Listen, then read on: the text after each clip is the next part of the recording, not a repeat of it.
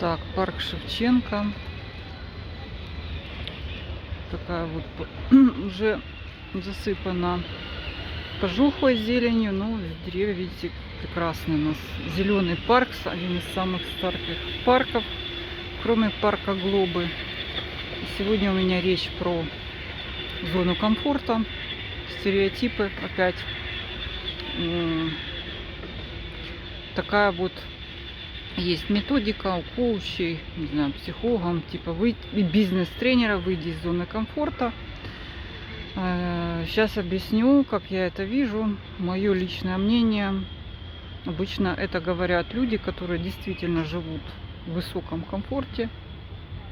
Всякие топ-менеджеры, директора, богатые люди, которые рассказывают людям, что им надо выйти из зоны комфорта, чтобы достичь чего-то там, да, каких-то бизнес-целей. Ну, часто бизнес-цели, не всегда это бизнес, ну, типа успеха, опять же.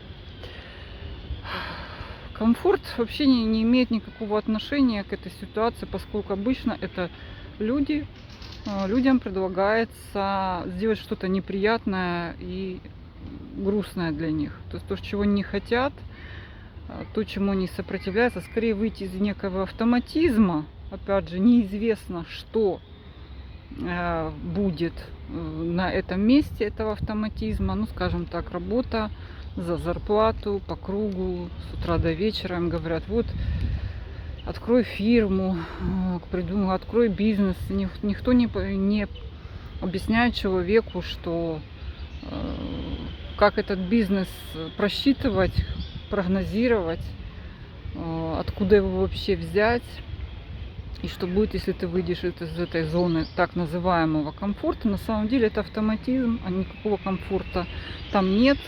Скорее речь идет о минимальных запросах, удовлетворении минимальных запросов. Поскольку удовлетворить минимальные запросы, ну, более-менее просто, ну как просто?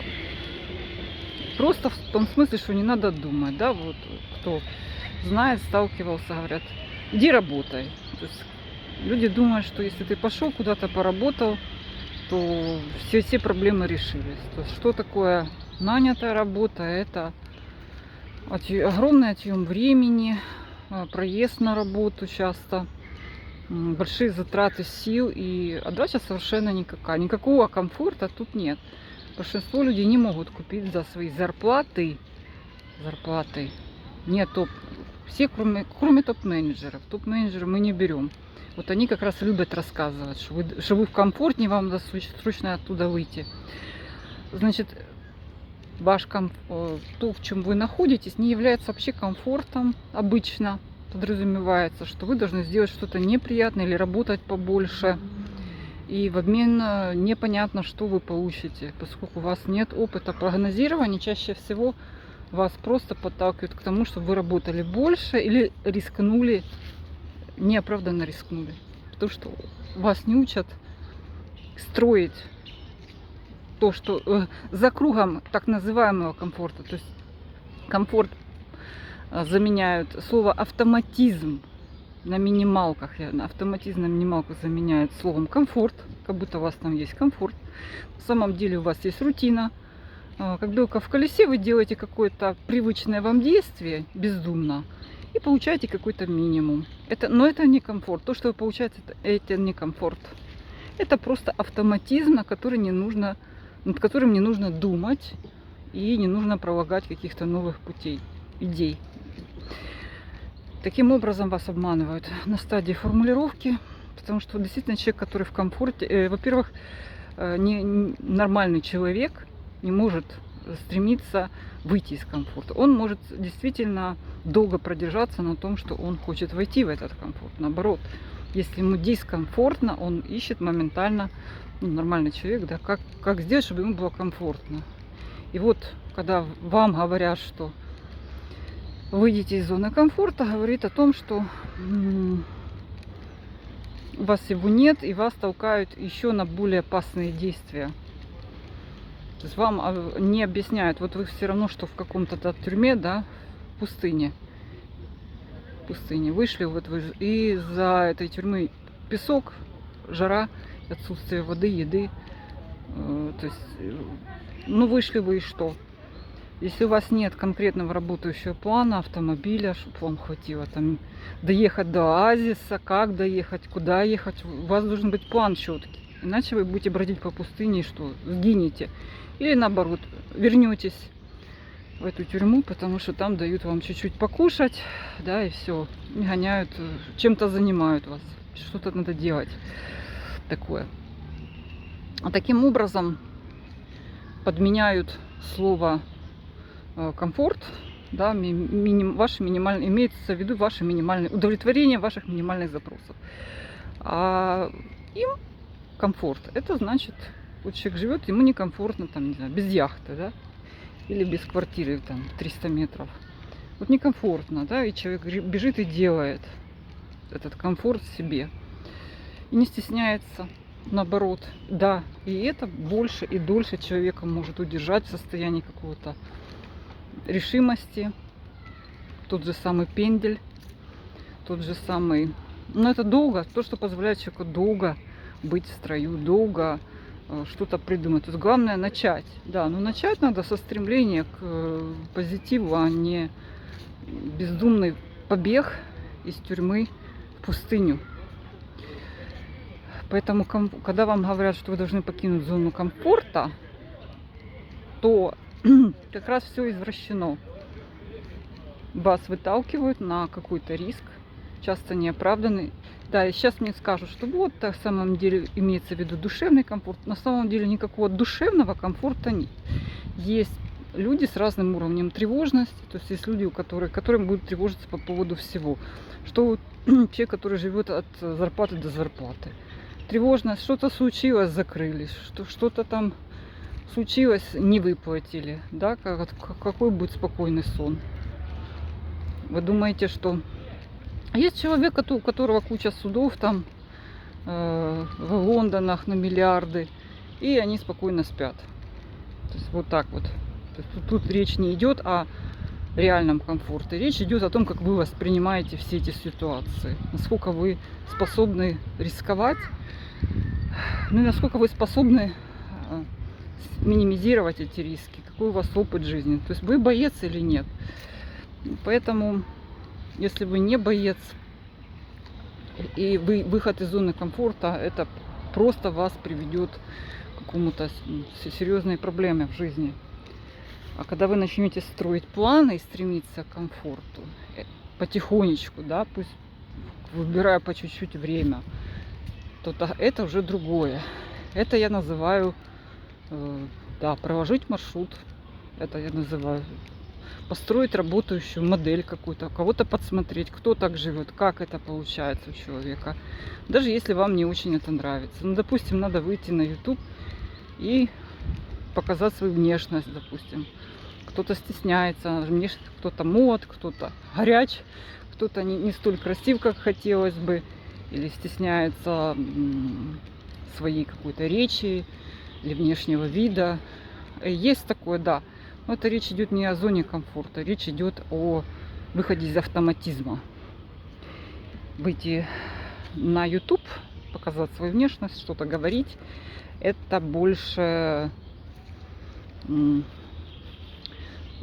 это не затратно, да? Да. Обычно выйти из зоны комфорта гораздо более затратно предлагают. Там работать подрабатывать где-то, да, то есть так ты отработал еще, тебе предлагают еще какую-то смену, пойти куда-то учиться, непонятно зачем. Вот я сейчас смотрю, что курсы английского, ну, если у вас решены все вопросы по жизни, да, материальные, личные, учитесь, ну, это тренирует мозг, да. Можно учить испанский, можно учить французский. По сути, вам обещают, что вы приблизитесь к чему-то, какой-то другой цели. То есть выучить можно любой язык. Но это вы должны конкретно понимать, что это просто выучить язык. И все. Больше ничего. Если он вам интересен, вы будете развиваться, но вы его, скорее всего, что не приложите, если у вас изначально нет конкретики, куда вы приложите этот английский язык. Я в своем молодости очень хорошо запоминала все языки, участвовала во всех олимпиадах по английскому. И вот я вам скажу, что я стала путешествовать и поняла, что никто не разговаривает на английском. Все разговаривают на своем родном местном. Итальянском, тайландском, французском, немецком. Английский язык знают только менеджеры там туристические. Вот так вот. То есть меня тут так тоже своего рода обманули. Учи, учи. То есть каждый транслирует то, что ему выгодно. И когда вас человек действительно к чему-то подталкивает, все-таки надо включать мозг и думать, а зачем ему это надо?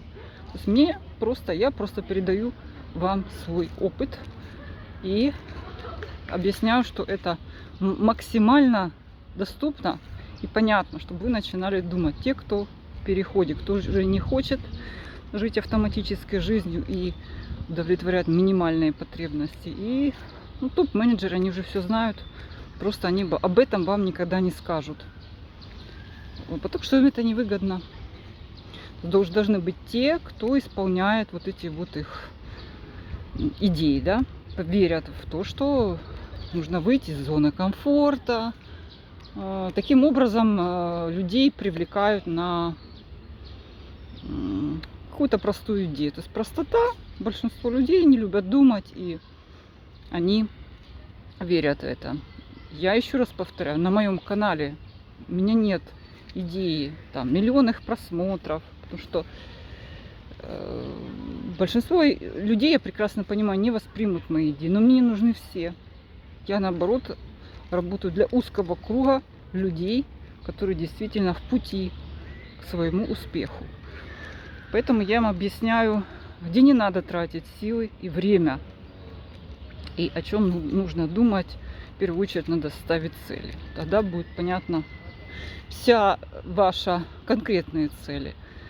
Вся ваша жизнь будет подчинена какой-то цели, и вы максимально сможете собраться и проложить путь к ней. Найти этот путь. Все это со временем постепенно вы осуществите. Если вы не будете распыляться. Ну а следующее видео у меня будет, что там, есть еще парочка стереотипов. Ну, например, по поводу призвания, предназначения, еще один стереотип, типа вот надо искать призвание, предназначение. То есть большинство людей за этим видит, что это будет очень легко, интересно, весело и много денег. Совсем нет, но это тема для другого разговора. И потом еще, как люди относятся, как выйти и понимать ситуацию, когда вы чувствуете, допустим, себя в окружении врагов. Да, вот люди говорят, не спорь с врагами, не нападай на них, не делай свое дело. Это тоже неправильный посыл, то есть враги воспринимают это как слабость. Но эту тему я больше разовью в следующих видео. По поводу еще есть одна тема, когда что-то упирается в потолок, тоже есть вопрос там, что говорят, сбитый летчик, что вы не можете повторить какой-то свой успех или преодолеть какой-то потолок, там тоже. Почему не стоит слушать людей, потому что обычно, как люди говорят, неудачники или сбитый летчик, это всего лишь вы устали, всего лишь вы не давали себе вот того самого комфорта, в результате вы просто обессилели. Но это, еще раз говорю, это будет дальше я развивать. А сегодня вот такой вот чудесный парк. Так, я даже не знаю. Сейчас это у нас покажу парк. Вот такой людей нельзя снимать. У нас Европа. Где у нас лев? Так, какое-то устройство для какого-то бега. В общем, все, и аллея. Вот такая, вот такие, да. Шикарно. Парк Шевченко.